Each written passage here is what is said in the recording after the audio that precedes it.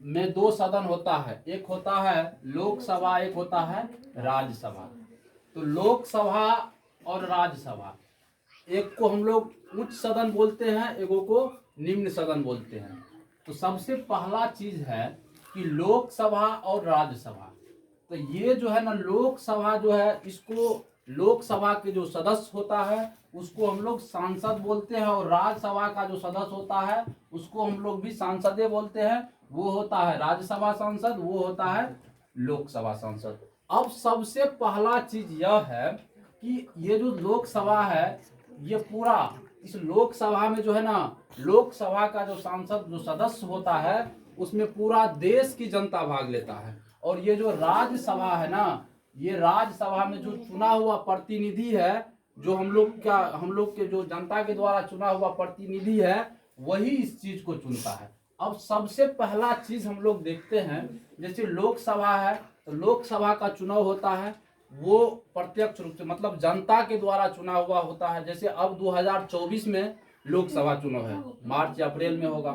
तो अभी वर्तमान में जैसे हम लोग का क्षेत्र है मधेपुरा लोकसभा, ये जो है ना, और मधेपुरा से अभी चुना हुआ प्रतिनिधि सांसद है, लोकसभा का सदस्य है, उसको हम लोग बोलते हैं लोकसभा सदस्य, इसको हम लोग बोलते हैं राज्यसभा सदस्य।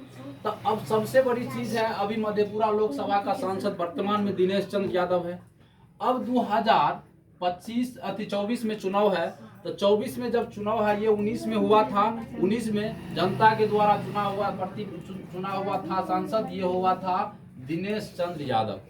और अभी तक यही है। जब 2024 में चुनाव होगा, अगर फिर जनता इसी को चाहती है दिनेश चंद्र यादव को, तो फिर वही रहेगा। अगर जनता नहीं चाहती है तो फिर दूसरा कोई रहेगा। लेकिन राज्यसभा में वो चीज नहीं है।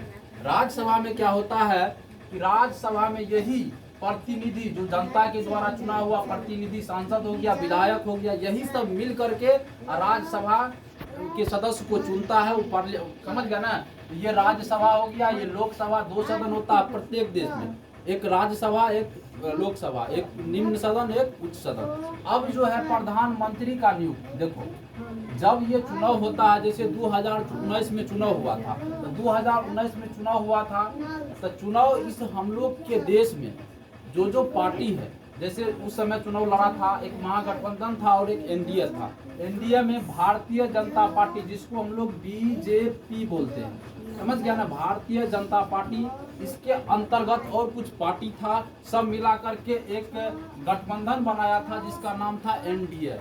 और एक उधर पार्टी था जिसमें कांग्रेस शामिल था, और कांग्रेस और आरजेडी इधर हो गया, पूरा सब मिल करके एक पार्टी बनाया था जिसका नाम था महागठबंधन। तो दोनों जब चुनाव लड़ा, तो चुनाव लड़ने के बाद जब उसका परिणाम आता है, तो परिणाम आने के बाद भारतीय जनता पार्टी यानी कि बीजेपी के घटक दल और जो एनडीए का था, उसको ज्यादा बहुमत हुआ। मतलब बहुमत ज्यादा हुआ, जितना पूरे देश में लोकसभा सीट है उसमें से ज्यादा सीट, जिसे ज्यादा सीट यही एनडीए वाला घटक दल को मिला था। तो अब एनडीए का जो एक नेता होता है, जो लीडर होता है, तो उस समय क्या होता है, राष्ट्रपति के द्वारा इस चीज को, मतलब बहुमत दल का जो नेता होता है उसको, लोकसभा जब चुनाव खत्म होता है, परिणाम आता है, तो परिणाम आने के बाद बहुमत दल के नेता को, जिस दल को बहुमत ज्यादा मिला, मतलब जितना सीट था उसमें चुनाव लड़ा, जिसको ज्यादा सीट मिल गया, वो राष्ट्रपति क्या करता है, उसके दल के नेता को प्रधानमंत्री के रूप में नियुक्त करने के लिए भेजता